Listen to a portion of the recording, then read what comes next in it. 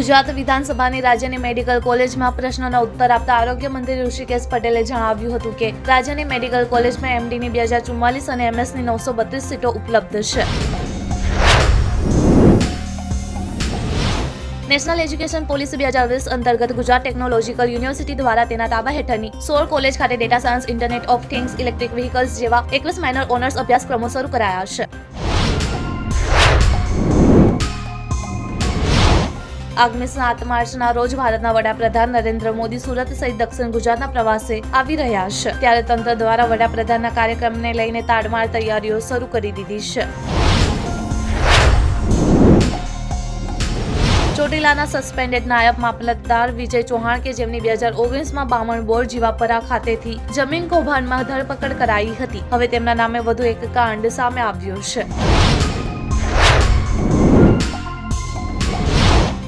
કેન્દ્ર સરકારના કરોડો કર્મચારીઓને ફરી એકવાર સેલેરી વધારવાની ગિફ્ટ મળી શકે છે. કેન્દ્ર સરકારે 7મા પગાર પંચ અંતર્ગત મોંઘવારી ભથ્થા વધારવાનો નિર્ણય લઈ શકે છે.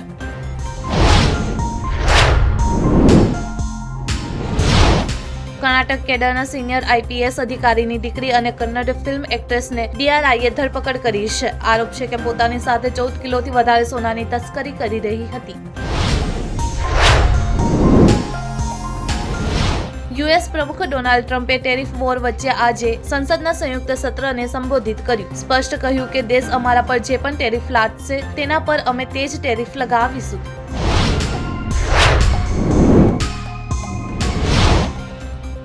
નવી દિલ્હી ડીઆરએમ સુખવિન્દર સિંહની મંગળવારે અચાનક બદલી કરવામાં આવી હતી. આ નિર્ણય નવી દિલ્હી રેલવે સ્ટેશન પર નાસભાગની ઘટનાના થોડા અઠવાડિયા પછી આવ્યો છે.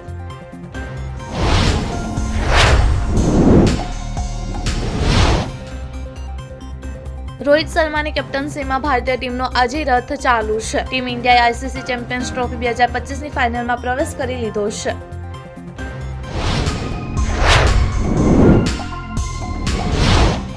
અમેરિકા નવનિયુક્ત ડોનાલ્ડ ટ્રમ્પ દ્વારા વિવિધ દેશો પર ટેરિફ લાદવાના આડેધડ નિર્ણયો સામે ચીને વળતો ઘા કર્યો છે. ચીન $21 અબજ કૃષિ અને ખાદ્ય પેદાશોને આવરી લેતા ચીજો પર આયાત જકાતમાં વધારો કર્યો છે.